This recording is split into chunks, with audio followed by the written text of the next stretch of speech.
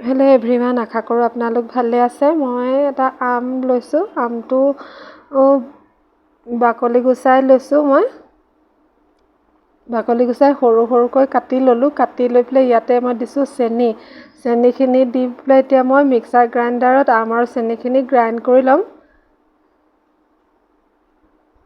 Grind কৰি এটা fine paste বনাই ল'ম। মই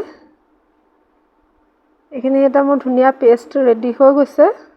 এই পেষ্টখিনিত এতিয়া মই দিছোঁ 1 কাপ ময়দা আৰু 2টা কেঁচা জলকীয়া সৰু সৰুকৈ কাটি দিছোঁ।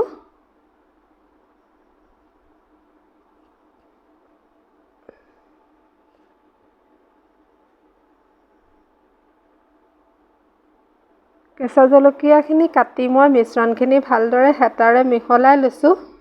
মিহলাই লৈ পেলাই এতিয়া মই ইয়াত দিছোঁ আধা কাপ গাখীৰ। আধা কাপ গাখীৰ দিও মই ভালদৰে ফেটি লৈছোঁ মিশ্ৰণখিনি।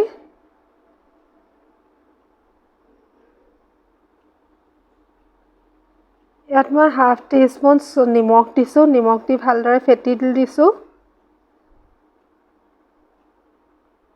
আৰু অলপ দিছোঁ বেকিং পাউডাৰ। বেকিং পাউডাৰখিনিও দি মই অলপ সময় ফেটি দিছোঁ।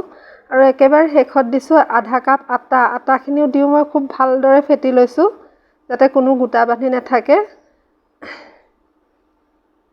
এতিয়া মই এখন কেৰাহীত তেলখিনি গৰম হৈ অহাত মিশ্ৰণখিনি অলপ অলপকৈ দি গৈছোঁ পিঠাৰ আকাৰত।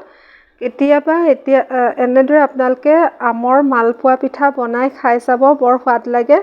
ভাল লাগিলে ভিডিঅ'টো মোৰ চেনেলটি লাইক, শ্বেয়াৰ এণ্ড ছাবস্ক্ৰাইব কৰিবলৈ নাপাহৰিব। কেতিয়াবা আপোনালোকে খাই চাব, গৰমৰ দিনত খাবলৈ বৰ ভাল লাগে।